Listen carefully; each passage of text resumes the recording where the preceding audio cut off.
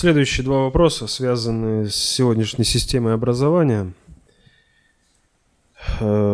Двух Сергеев. Первый.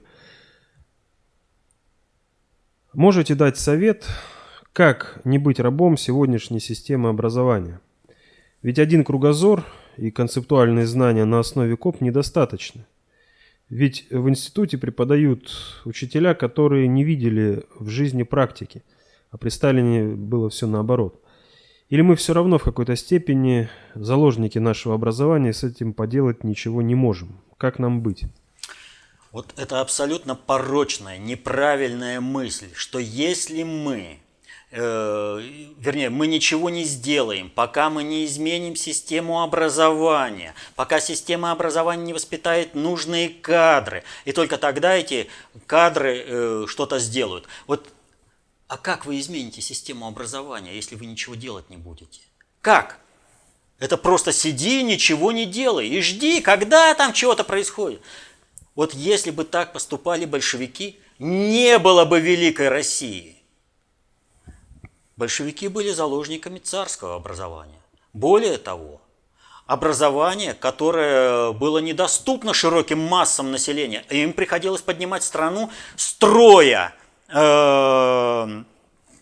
свою страну на остатках именно царского образования. Других специалистов вообще не было. Просто не было из чего. Вот надо хотя бы крохи эти собрать и поднимать, а там дальше будем развивать.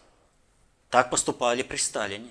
Сначала брали то, что есть от этой системы, от оставшейся, а потом по мере движения меняли систему образования под управленческие задачи. Цель развития общества была, значит, можно было менять и общество. И поэтому те концептуалы, так называемые, которые говорят, а вот ничего не получится, вот пока не изменим систему образования, они вообще не понимают процессов управления. Ты никогда не изменишь систему образования, если не будешь заниматься управлением, не будешь входить в управление. Что же нужно делать? Вот то, чего не было у большевиков, и то, что сейчас есть у нас. У большевиков в сталинской поры имеется в виду.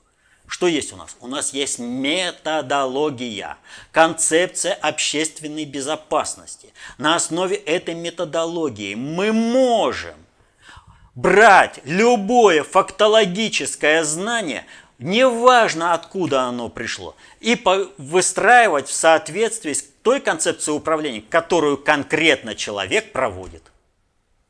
Вот! Поэтому, естественно, мы никогда не дождемся, пока нам кто-то изменит. Вот в худшую сторону нам образование уже изменили.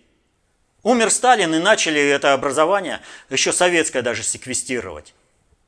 А сейчас мы вообще доходим до американских стандартов.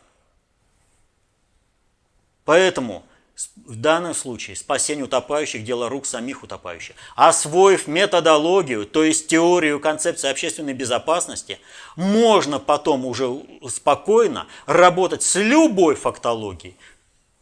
И неважно, какой учитель тебе это донесет. Потому что знание придет, а ты его оценишь и впишешь в свою систему.